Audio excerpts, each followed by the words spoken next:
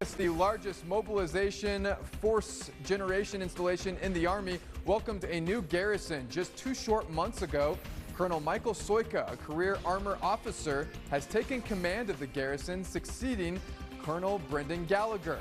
According to Fort Bliss, the Fort Bliss Garrison's mission is to provide comprehensive base operations support to ensure the readiness of the 1st Armored Division and all tenant units. The garrison is responsible for everything from infrastructure, public works, and housing to emergency services and quality of life programs. Well, Soyka, Garrison Commander at Fort Bliss. Colonel, thank you so much for taking the time and giving us some insight into your new role here at Fort Bliss. I know you're 2 months into this, a place that you're pretty familiar with, having led the 1st Battalion, 77th Armored Regiment.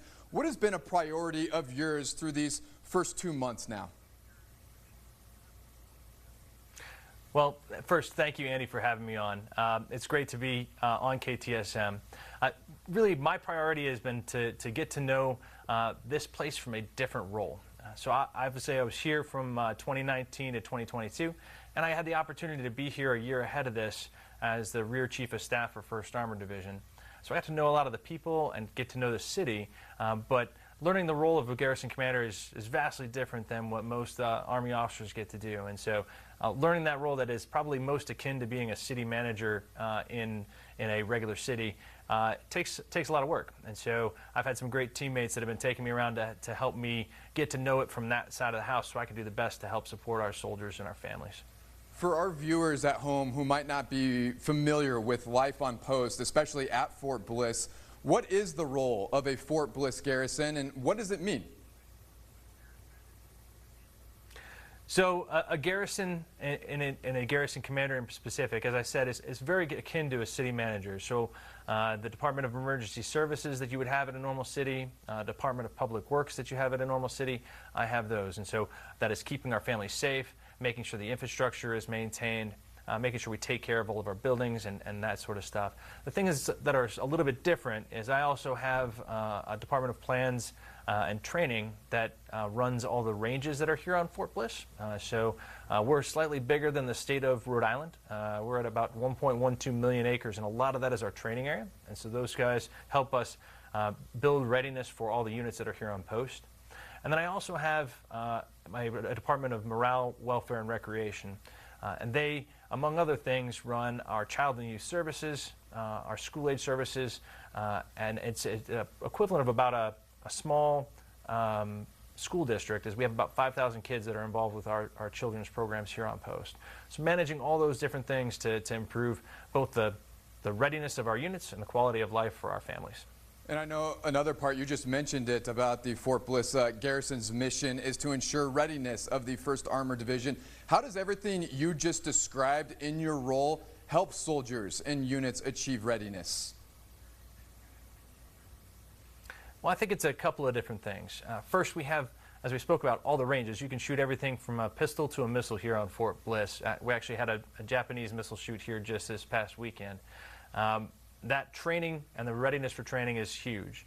The other piece is the deployability of our soldiers. And so here on Fort Bliss, we have a large airfield, Biggs Army Airfield, as many people have probably seen when they came out to go see the Amigo Air Show.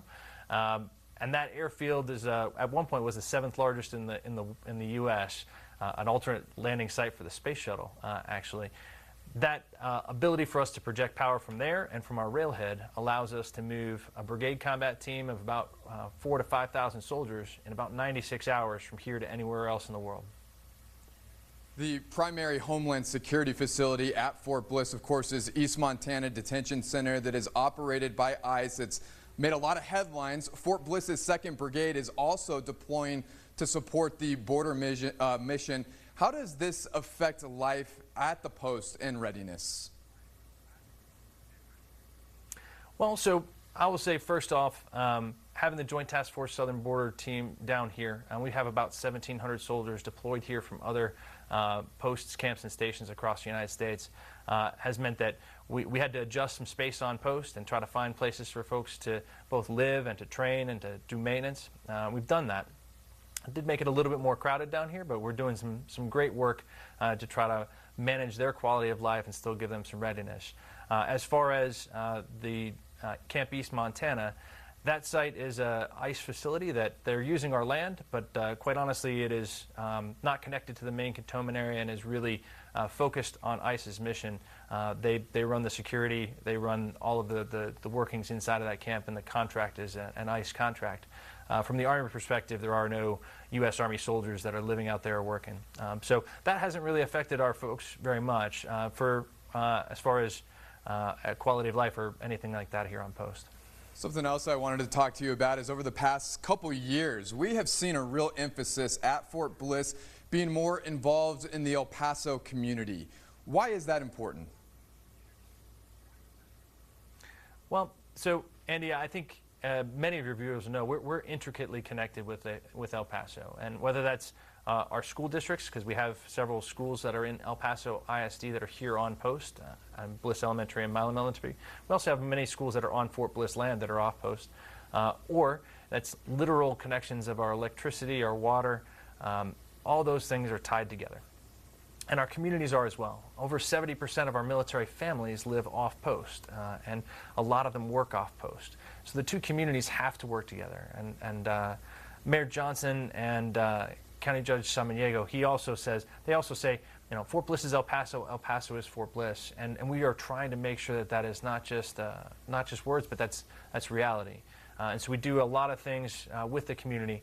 For example, just the other day we had over 200 of our soldiers out from our Better Opportunities for Single Soldiers program, working with El Pasoans fighting hunger to try to help the El Paso community. We also are doing some great projects with UTEP on advanced manufacturing. And we're looking at some other things with the community right now on how to repurpose some of our existing land to be able to make things that are good for both communities.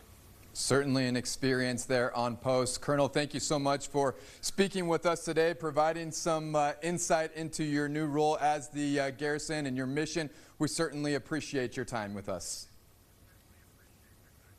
Hey, Andy, I want to welcome you back out here anytime you want. I'll figure out a way to get you to ride a tank if you come on out. Hey, I'm going to take you up on that offer, no doubt about that. Colonel Michael Soyka, Garrison Commander at Fort Bliss.